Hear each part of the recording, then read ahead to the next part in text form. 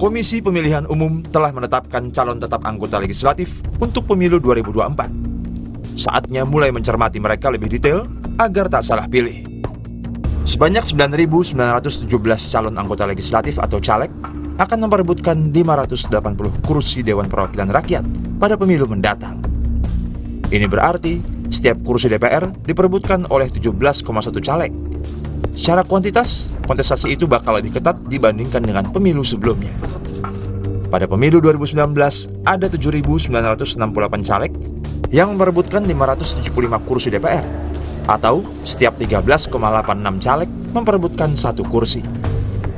Adapun di pemilu 2014, 560 kursi DPR diperebutkan 6.608 caleg, atau tiap kursi diperebutkan 11,8 caleg. Jika perebutan kursi DPR semakin ketat, hal sebaliknya terjadi di Dewan Perwakilan Daerah atau DPD. Ada 668 caleg yang bersaing memperebutkan 152 kursi DPD di pemilu mendatang, atau tiap kursi DPD diperebutkan 4,4 orang. Pada pemilu 2019, sebanyak 807 caleg memperebutkan 136 kursi DPD, atau tiap kursi diperebutkan oleh 5,9 caleg. Dan pada pemilu 2014, ada 945 caleg yang memperebutkan 132 kursi, atau tiap kursi diperebutkan oleh 7,16 caleg. Makin sedikitnya caleg yang memperebutkan kursi DPD ini perlu dikaji mendalam. Kajian ini tentunya juga terkait bagaimana menjaga eksistensi lembaga DPD yang merupakan bagian dari produk reformasi tahun 1998. Di sisi lain, semakin ketatnya perebutan kursi DPR dapat mengindikasikan tetap atau bahkan makin menariknya posisi di lembaga itu, baik dalam bidang pengawasan, legislasi, maupun penyusunan anggaran negara.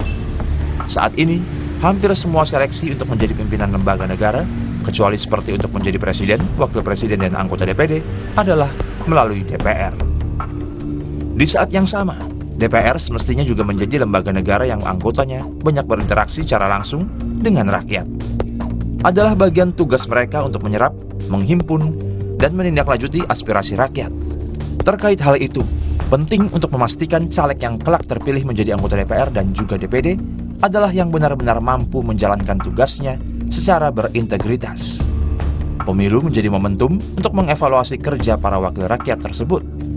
Mereka yang selama ini kinerjanya banyak dikeluhkan atau berkasus sudah sepantasnya tak dipilih kembali. Di saat yang sama, caleg baru yang tak punya rekam jejak yang jelas juga jangan dipilih. Terkait hal itu, keberanian para caleg dan juga partai politik untuk membuka rekam jejak para calegnya kepada publik menjadi penting. Saat ini, masih ada caleg dan parpol yang belum melakukannya, dan hal itu patut menjadi bagian pertimbangan untuk memilih mereka pada pemilu mendatang. Sistem pemilu proporsional terbuka pada pemilu 2024 memberi peluang bagi pemilih untuk mencoblos caleg yang benar-benar dikehendaki. Sistem itu juga memungkinkan caleg dengan nomor urut bawah untuk terpilih, asalkan punya cukup suara. Maka ini saatnya untuk lebih serius mencermati para caleg itu, agar kelak kita tak salah memilih wakil kita.